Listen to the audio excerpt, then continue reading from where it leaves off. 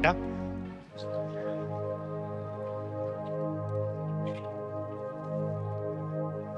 क्या बात है? तू रो क्यों रही है? कोई परेशानी है तो मुझे बता। अपनी किस्मत पे रो रही हूँ। अरे बेटा, अपनी किस्मत पे तो नाज करना चाहिए और तुम रो रही हो। देखो, कोई परेशानी हो ना, निश्चिंत होके बताओ। मेरा नाम चिंगारी है, चिंगारी किन्नर। और तुम्हारा क्या नाम है? दीदी मेरा नाम पायल है। तो पायल बेटा बता, क्यों रो रही है तू? बोल। दीदी मेरा पति पर वो मुझे जरा सा भी टाइम नहीं देता। अपने ऑफिस, अपना बिजनेस, बस जब देखो तब उन्हीं सब चीजों में बिजी रहता है। तो फिर मेरे ऐसे घर में रहना ना रहना तो बराबर है ना। मैं क्या करूं? इसलिए मैं वो घर छोड़कर आ गई। अरे बेटा, कभी कभी फैसले दिमाग से नहीं, दिल से भी लिए जाते हैं, समझी? अब मुझे साफ साफ बता, बात क्या है?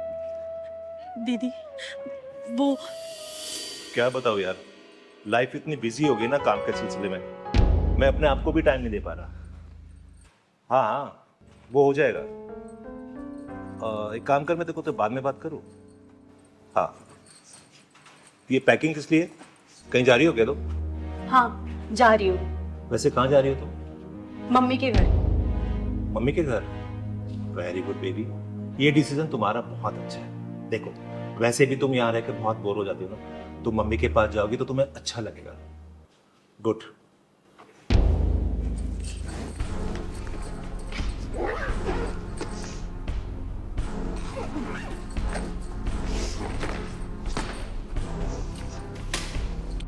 सुनो पायल, टैक्सी जरूर कर लेना, और जब मम्मी के पास पहुंच जाओ ना तो मुझे फोन जरूर करना, ठीक है? कौन हो तुम और क्यों करूं मैं तुम्हें फोन? हाँ, हो कौन तुम मेरे? क्या पायल, सच बताऊं, मैं लाइफ में ना पहली बार देख रहा हूँ कि कोई पत्नी जब अपनी मम्मी के पास जाती है ना तो बड़ा खुश होकर जाती है, लेकिन तुम तो पता नहीं क्यों गुस्से में जा रही हो। क्या हुआ, सब ठीक है ना? देखो पर्व, मैं हमेशा के लिए घर छोड़कर जा रही हूँ और मैं दोबारा कभी वापस नहीं आऊंगी यहाँ। अच्छा मजाक कर रही थी, काफी समझदार हो गई बेबी। पर अगर मुझे पता होता ना कि तुम्हारी नजर में मेरी इतनी सी भी वैल्यू नहीं है तो मैं तुमसे कभी शादी नहीं करती। अब मैं ये घर छोड़कर हमेशा के लिए जा रही हूँ, समझे तुम? पायल, पायल, पायल सुनो ना। बस दीदी, इसलिए मैं घर छोड़कर आ गई। बेटा एक बात बता, आखिर पर्व किसके लिए कमा रहा है? तेरे लिए ना, तेरी खुशियों के लिए ना। तेरे सिवा उसका है ही कौन? बता। जिसके पास मेरे लिए टाइम नहीं है वो मेरी खुशियों का ख्याल क्या रखेगा? अरे बेटा, कभी कभी गलतफहमियां इतनी बढ़ जाती है ना कि हमारी नजरों के सामने नदी होती है लेकिन हमें वो रेगिस्तान नजर आती है, और जो बंजर जमीन होती है वो मीठी झील। तूने उसका रूखापन तो देख लिया, उसने बोला चली जा, तू चली आई। तभी उसके रूखेपन के पीछे उसके छुपे प्यार को जानने की कोशिश की। बता, कोशिश की तूने? कैसा प्यार दीदी? उसने खुशी खुशी कह दिया मुझे कि तुम चली जाओ यहाँ से। एक बार भी मुझे उसने रोकने की कोशिश नहीं की, तो और मैं क्या करती? मेरा उस घर में रहने का कोई मतलब ही नहीं बनता ना दीदी। पायल बेटा, उसे इस बात का एहसास था कि वो तुम्हें समय नहीं दे रहा है, तभी तो उसने बोला कि तुम कुछ दिन के लिए अपनी मम्मी के यहाँ चले जाओ। बेटा, जरूरी नहीं कि जो हम देखें और जो सुने वही सच होता है। एक नौकरी करने वाले इंसान की जिंदगी में बहुत उतार चढ़ाव होते हैं। उसे घर भी देखना होता है, उसे अपना ऑफिस भी देखना होता है। घर में भी बहुत सारी परेशानियां होती है और ऑफिस में भी बॉस की सुननी पड़ती है, लेकिन फिर भी वो दोनों रिश्तों को बरकरार रखने की कोशिश करता है, घर की भी और ऑफिस की भी। तुम तो गुस्से में चली आई। अरे तुम जब परेशान होगी तुम्हारे पास तो मायका है जाने के लिए। कभी ये सोचा है कि वो कभी परेशान होगा अपनी जिंदगी से, जब थक जाएगा, उससे बात करने के लिए, उसका दुखड़ा सुनने के लिए कौन है उसके पास? सिर्फ वही उसका घर, सिर्फ चार दीवारी। अरे तुम्हारे पास तो दो ऑप्शन है, अपनी माँ का और दूसरा ससुराल। उसके पास तो सिर्फ एक ही ऑप्शन है, वही उसका घर। अपना घर अपना ही होता है बेटा। मेरी बात मानो तो उसके पास जाओ, उसको समझने की कोशिश करो, और मेरा विश्वास है वो तुम्हारी बात समझेगा जरूर बेटा। कभी भी ऐसे नाराजगी में ऐसे फैसले नहीं लेते, क्योंकि शादी एक अटूट बंधन होता है जिसे सातों जन्म तक निभाया जाता है। और छोटी छोटी बातों पे ना बैठ के विचार करना चाहिए। ऐसे जल्दीबाजी में डिसीजन लेके घर नहीं छोड़ देना चाहिए बेटा। मेरी बात समझो, जाओ।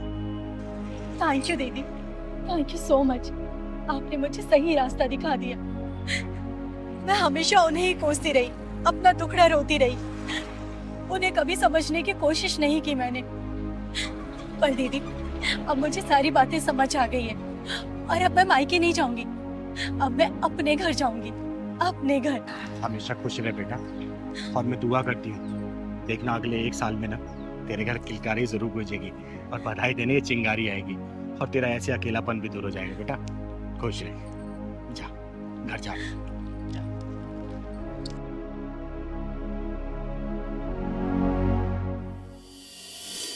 पर पर पर पर मुझे माफ कर देना, मुझे माफ कर दो। क्या हुआ पायल? तुम रो क्यों रही हो? और तुम तो मम्मी के पास गई थी ना, लेकिन वापस क्यों? पर मैं तुम्हें छोड़कर अब कभी नहीं जाऊंगी। मुझे समझ आ गया है कि जो तुम मुझे टाइम नहीं दे रहे थे वो सब हमारे आने वाले फ्यूचर के लिए था। मुझे माफ कर देना पर। नहीं पायल, एहसास तो मुझे भी हुआ जब तुम गुस्सा होकर चली गई थी ना, तुमने एक बार भी मुड़ के नहीं देखा ना मुझे। पर अब मैं तुम्हें कभी छोड़कर नहीं जाऊंगी, मैं हमेशा तुम्हारे साथ रहूंगी। मुझे सब समझ में आ गया है, पर तुम्हें एक बात मेरी माननी होगी। समझ गया। हम हर वीकेंड बाहर जाएंगे, घूमेंगे और अच्छा अच्छा खाना खाएंगे, और सुनो, एक दूसरे की प्रॉब्लम शेयर करेंगे। वादा? पक्का वादा।